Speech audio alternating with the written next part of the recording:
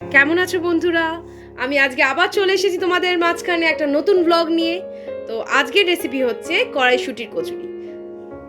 কড়াইশুঁটিটা আমি সেদ্ধ করে নিয়েছিলাম আগে থেকেই। এর মধ্যে আমি একটা ভাজা মশলা বাড়িতে বানাই, ওটা ভালো করে কড়াইশুঁটিতে দিয়ে মেখে নিয়েছিলাম। এরপর আমি কড়াইতে একটু তেল, 1 চামচ মতো তেল নিয়েছি, আর স্বাদ মতো নুন লবণ দিয়ে ওই মাখাটা ভালো করে কড়াইতে নেড়ে নিলাম এবং ভালো করে ভাজতে থাকবো। এবার এটা পুরটা বানানোর জন্য এটা ভালো করে ভাজা হওয়া খুব দরকার। তো এবার দেখতেই পাচ্ছ ভালো করে ভাজা হয়ে এসছে এবং কড়াইতে লাগাও বন্ধ হয়ে গেছে। এরপর আমি এটা আলাদা করে সাইডে রেখে দিলাম। এবার একটা বাটিতে আমি ময়দা, স্বাদ মতো লবণ, নুন, আলু সেদ্ধ, টক দই এবং সাদা তেল নিয়ে নিয়েছি ময়দাটা মাখার জন্য। এরপর ভালো করে ডোটা, কড়াইশুঁটির যে কচুরিটা হবে তার জন্য ডো বানাচ্ছি। এবার ডোটা বানিয়ে নেওয়ার পর এরপর আমি আস্তে আস্তে লেচি করে ওর মধ্যে যে পুরটা অলরেডি আমি বানিয়ে রেখেছি ওই পুরটা দিয়ে আমি এটা বানাতে থাকবো। তো সাথে থাকো, দেখতে থাকো আমি কিভাবে করছি এটা।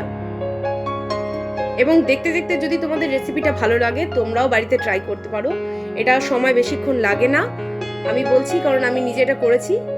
খুব বেশি না, এটা করতে 1 ঘন্টা মোটামুটি টোটাল রেসিপিটা বানাতে তোমাদের সময় লাগবে। আর যদি আমার ভিডিওটা তোমাদের ভালো লেগে থাকে আর আরও এরকম ভিডিও তোমরা চাও, তাহলে অবশ্যই কিন্তু আমার চ্যানেলটাকে তোমরা সাবস্ক্রাইব করতে ভুলবে না এবং এই ভিডিওটাকে লাইক দিতে ভুলবে না। তোমাদের ভালোবাসা আমার প্রয়োজন, তাই আমার পাশে থাকো যাতে আমি এইভাবে এরকম ভিডিও বানাতে থাকতে পারি এবং তোমাদের সাথে শেয়ার করতে থাকতে পারি। তো দেখতেই পাচ্ছ আমার অলরেডি লেচি বানানো হয়ে গেছে। এবার আমি পুর বানিয়ে নিয়েছি অলরেডি, সেই পুরটা দিয়ে আমি লুচিটা বানিয়ে নিচ্ছি কচুরির।